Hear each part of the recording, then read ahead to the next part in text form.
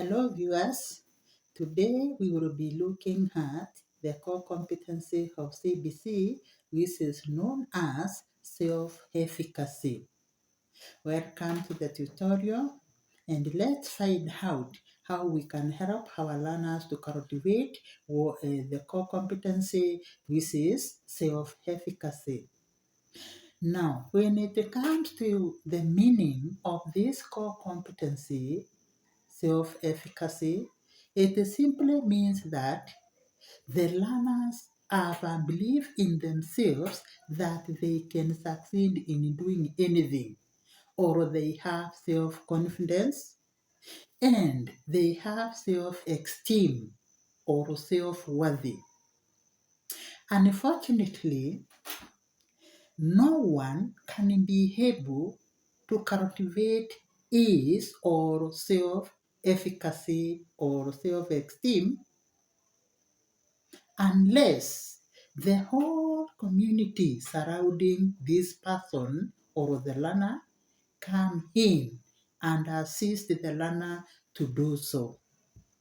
That's the reason why when you dress smartly, your hair is well made in your house, you will always look for a dear friend, family member in the house to tell you, well, and you ask the person, am I smartly dressed?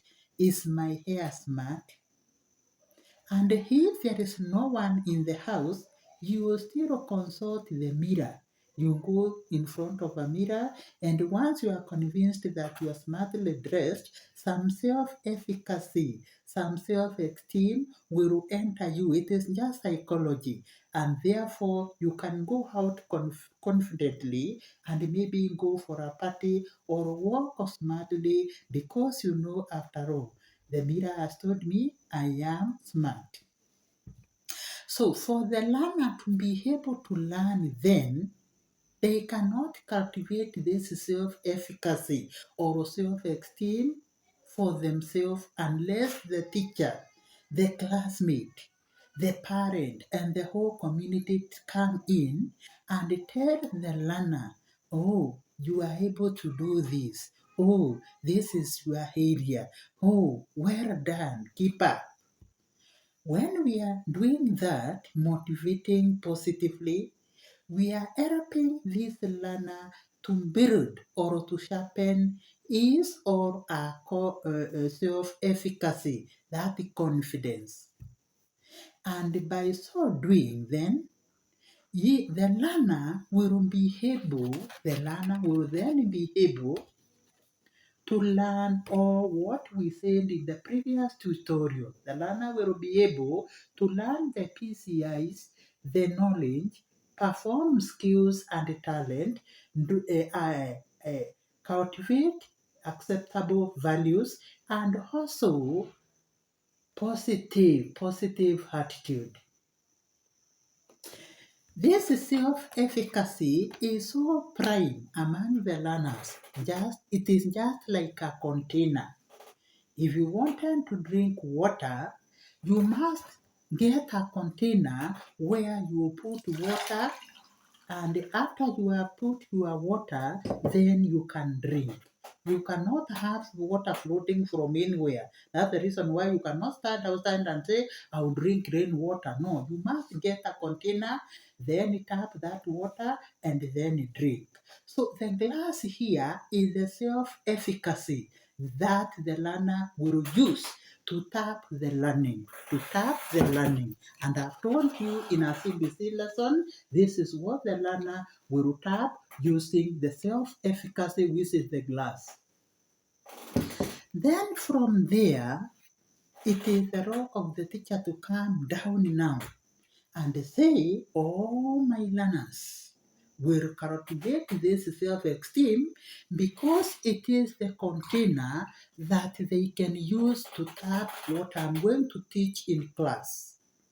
So what are you going to do? What steps are you going to take in order to cultivate this self-efficacy among your learners? 1.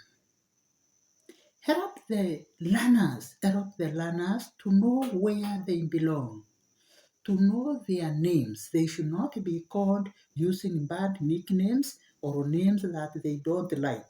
Even pronouncing the name of the learner badly makes the learner or you kill the self-efficacy, self-esteem of this learner.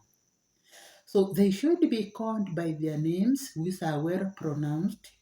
The learner should also be told of the importance of his family, even if the learner was adopted. They belong to that family and it is worthy. They should also be told of their creator and their destiny. This one will give them hope. Oh, I'm important. Oh, I have a future. And this one will help them cultivate their self-efficacy. Now, as teachers, second point, as teachers also, we know learners they come with their uniqueness in class. They are mixed in the class.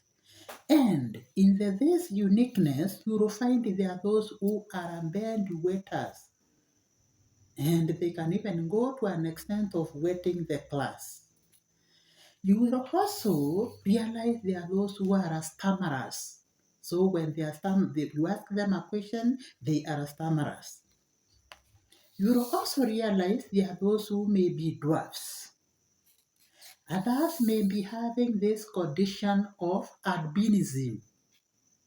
Others may be having the condition of vitiligo. And others could even be intersex. It is up to you as the teacher to counsel this group individually and tell them there is nothing wrong with them. They are whole human beings. They are God creation so that they can feel they fit in the class, they fit in the school, they fit everywhere they find themselves. After you've counseled this, you also go and counsel the whole class against seeing this group as if they are unfit, they don't belong. And when you do that, your learners will live in harmony, will coexist in harmony, do things together without discriminating one another or calling each other's names. Then you will also, the third point, you will also make sure that all the learners in your class participate in the stipulated lesson activities without just heaping those slow learners at the back and you concentrate on those who are fast learners in front. No. Every learner must participate in the stipulated activity of the lesson, maybe singing, dancing, discussion and presentation, including the very fearful learners who are very shy to an extent that the moment you mention their name in class, they cover their eyes and they even feel like running away from school. Get them out of that cocoon by encouraging them slowly by slowly without harassing them. And once you do that, all your learners will have cultivated the container, This is self-efficacy, which will be used to tap the knowledge. This is the knowledge. Then from there, initiate your learners in time. Initiate your learners in time so that, for example, in theory lesson, there is a topic in grade 4 or a substrand which teaches about physical changes in adolescent. You may realize now there is a learner in grade 3 who is slightly older than others and cannot wait until you get to grade 4 to teach that substrate. So what you do, you can single out this learner and initiate before you get to grade 4. tell the learner all about the physical changes in adolescent because he is already on the onset, so that the learner will not get disappointed when things start dawning on her or him. Then from there, it is also very, very vital to give your learners leisure time. Of course, guided leisure time where they will be able to do their personal hygiene, where they will be able maybe to take photos of themselves so that they can be able on their own to cultivate as they interact, they take photos, they compare their beauty, they can be able to cultivate this container. They can be able to cultivate this container where you can put for them knowledge. From there, ensure you guide your learners against peer pressure. Remember, the learners, especially the very young, because of being intimidated by the older learners or maybe peers, they tend always to say no in doing an action when actually, they tend to say yes when they mean no. And they can do that action through all of it. And inside themselves, they are saying, no, I don't want to do this. So they will always say yes when they mean no. Teach your learners to be assertive and always to take a stand. They should not say yes when they mean no.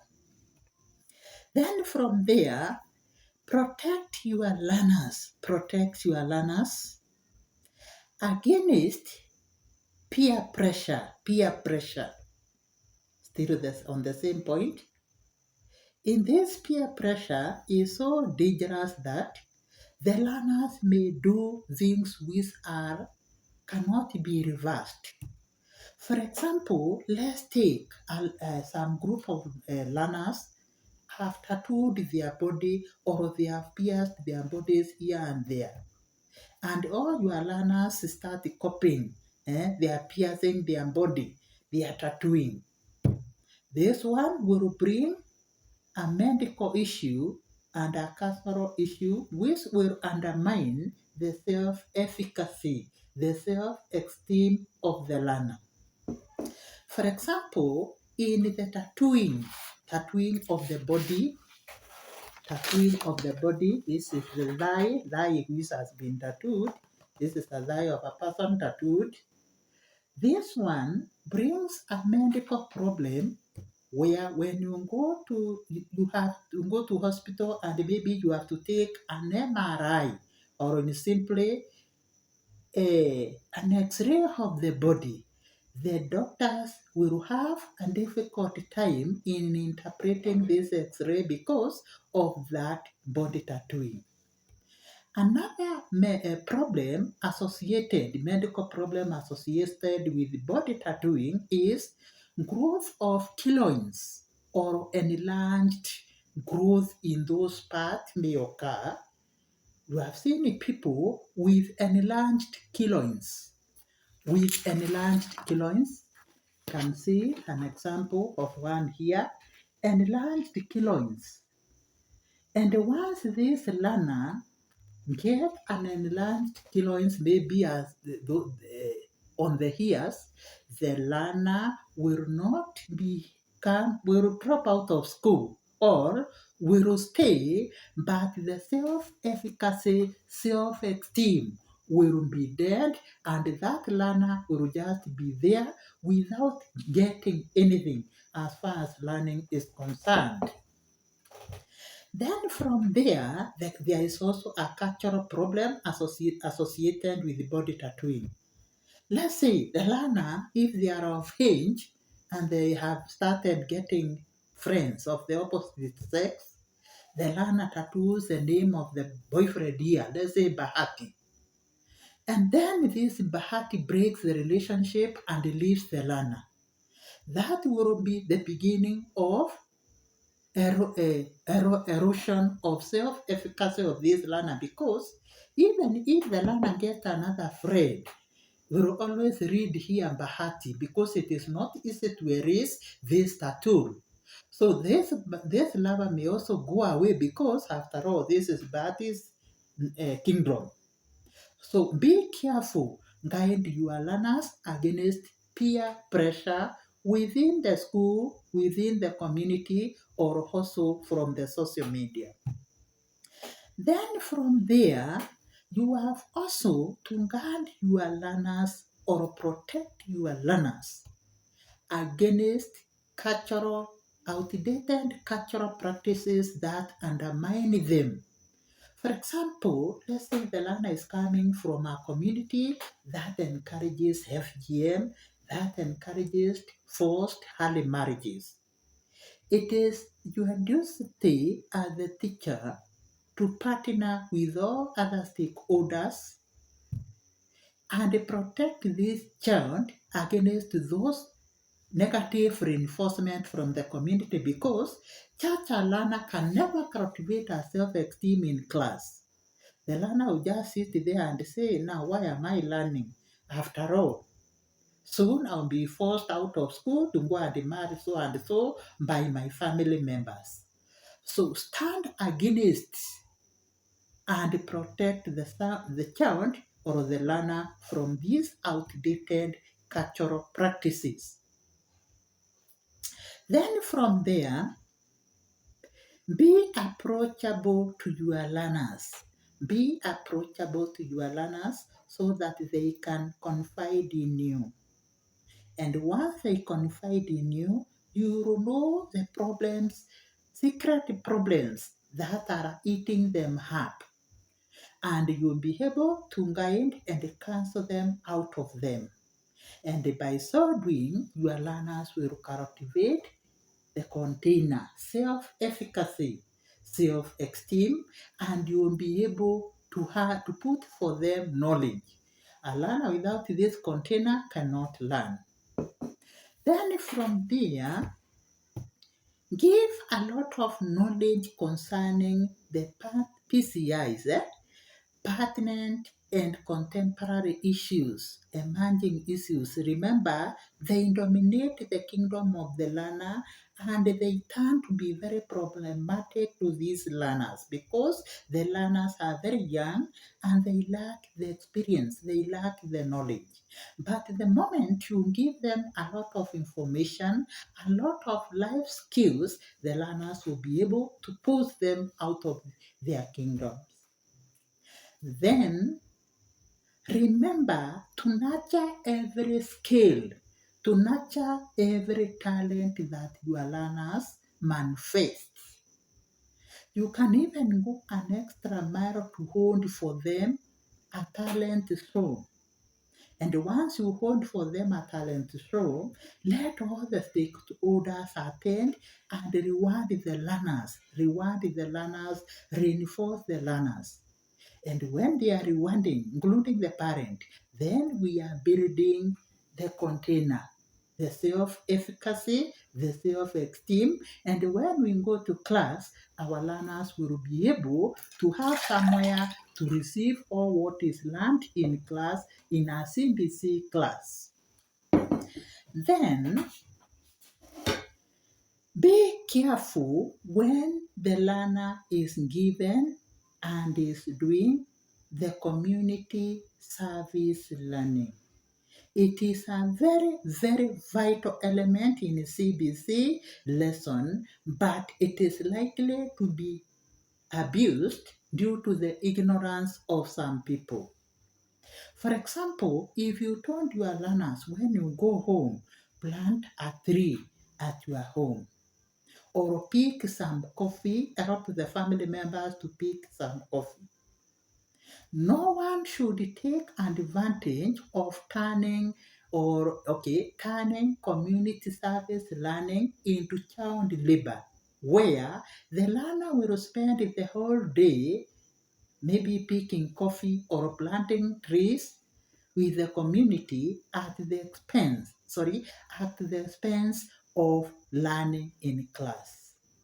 So once the community service learning is abused and the learner works so many hours, Then the learner will erode self-efficacy. The learner will say, if this is what is learning, the learner will erode self-efficacy and self-esteem. So ensure the community service learning is timed and the learner is always accompanied by either the parent, the guardian, or the teacher.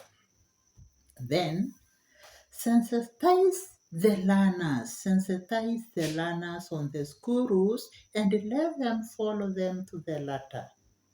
And once the learners keep the school rules, they will have built their self-efficacy or container where knowledge or learning can take place.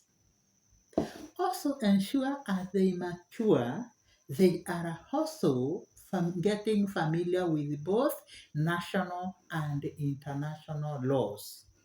And by so doing, your learners will have captivated their self-esteem, self-efficacy, a container they cannot learn.